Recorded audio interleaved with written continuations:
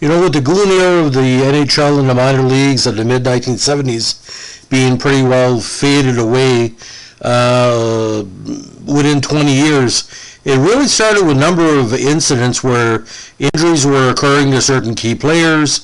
Certain players were getting fined and charged. Flyers, Toronto, in the playoff series, you got the Jimmy Man incident. And this incident as well kind of encapsulated what the new NHL was all about.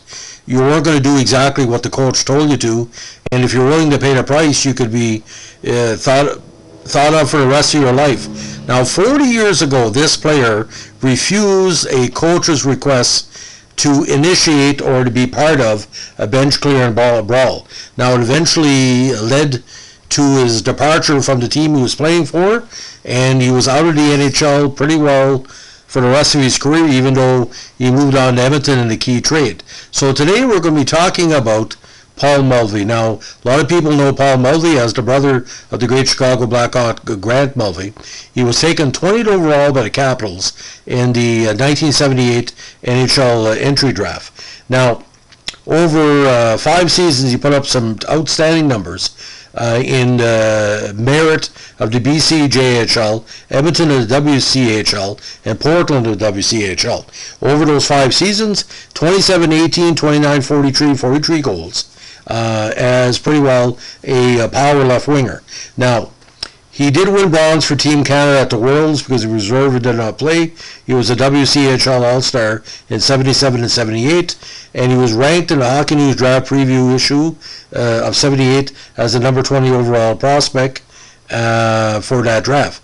Now, the Edmonton team moved to Portland, and he went with him, and get this, ladies and gentlemen, he played on a big line in Portland with Wayne Babich and Brent Peterson. Now, the Capitals took him with every hope he was going to be a strong addition to the Capitals, and he was.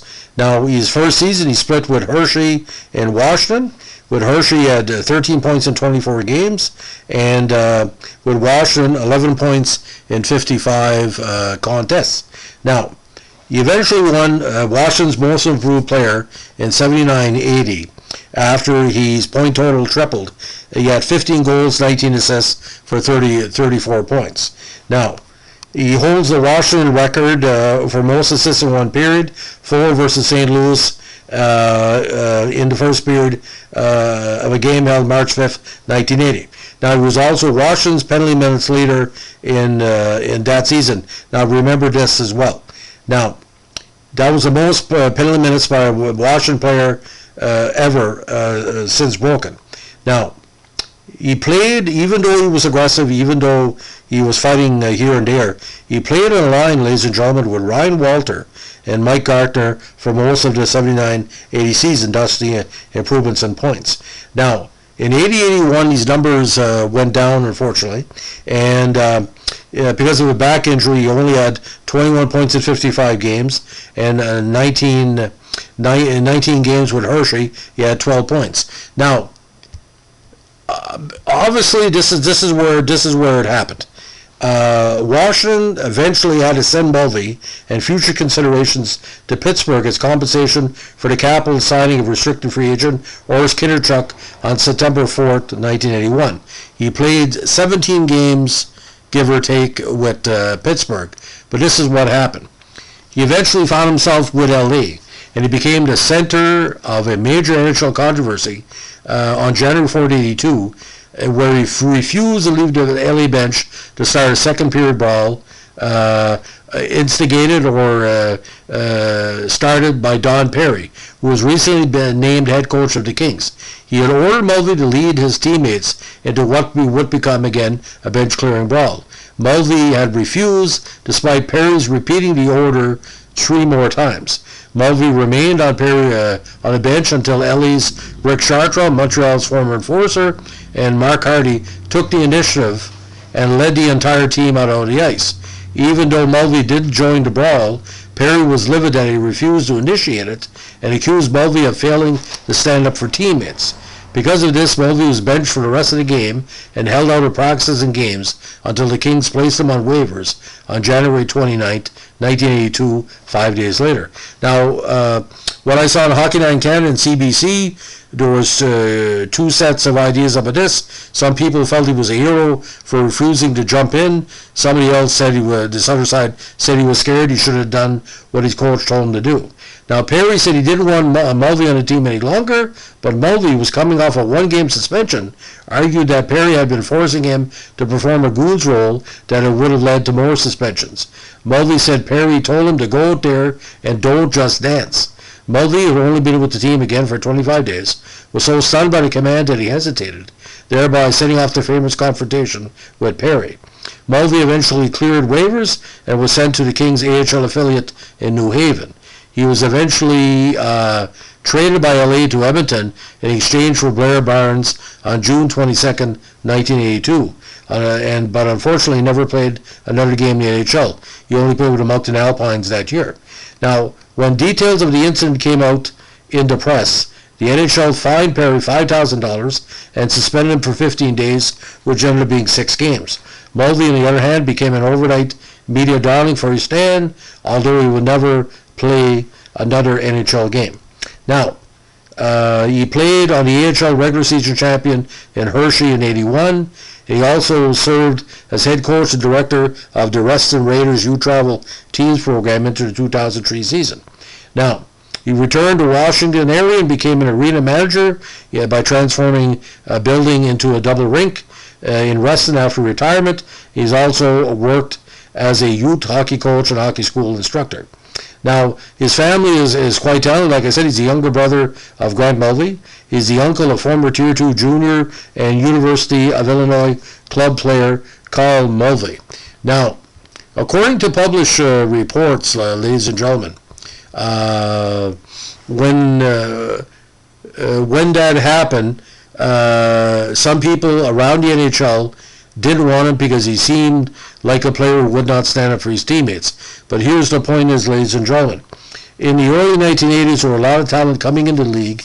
It was post-WHA.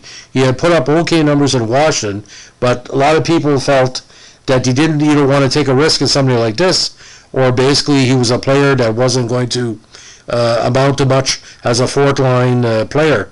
But like I said, a talented guy nonetheless. You don't make the NHL out of those great numbers in Portland.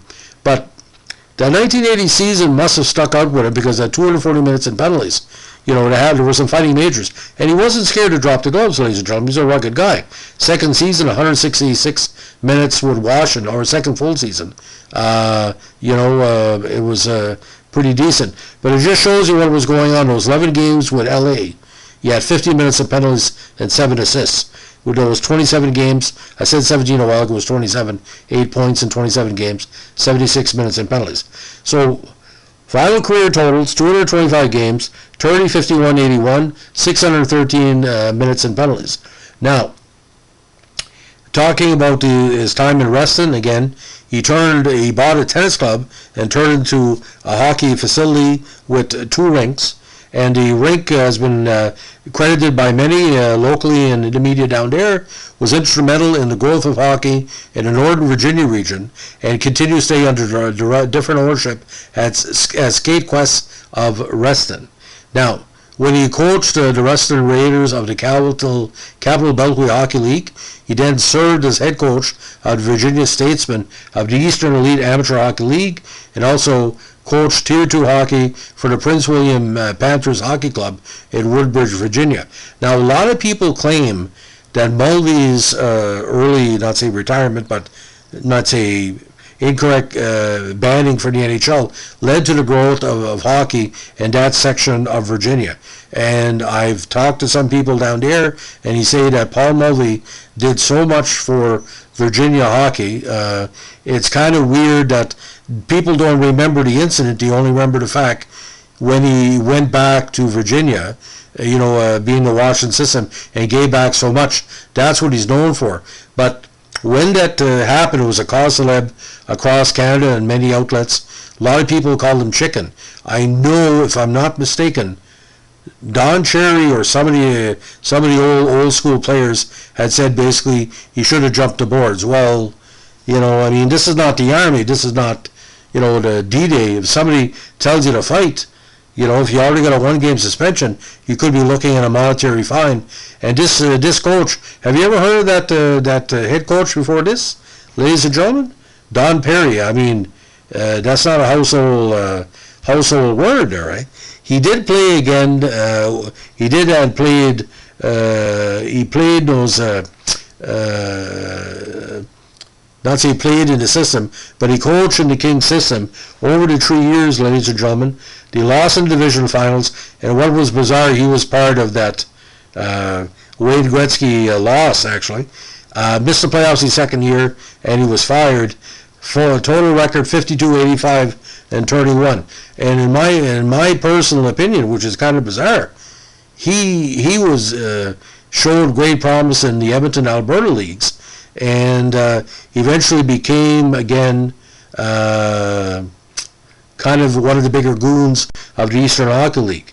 He also was the head coach of the Saginaw Gears for a number of years, won Turner Cups, but again, not the best role model to talk about in relation to the good side of hockey. Again, he liked the aggressive side, and I respect him for being a Kings coach over the years, but not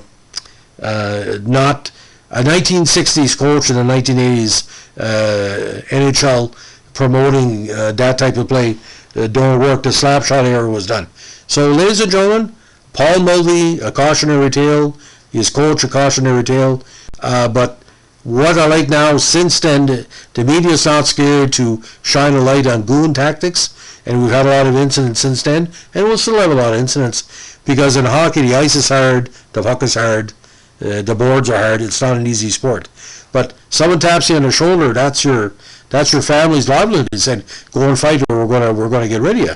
I mean, they could have got a goon coming from the AHL to do that job, and he probably wouldn't have said no, because he was just glad to be there. But this guy was a player with skill. He was protecting himself.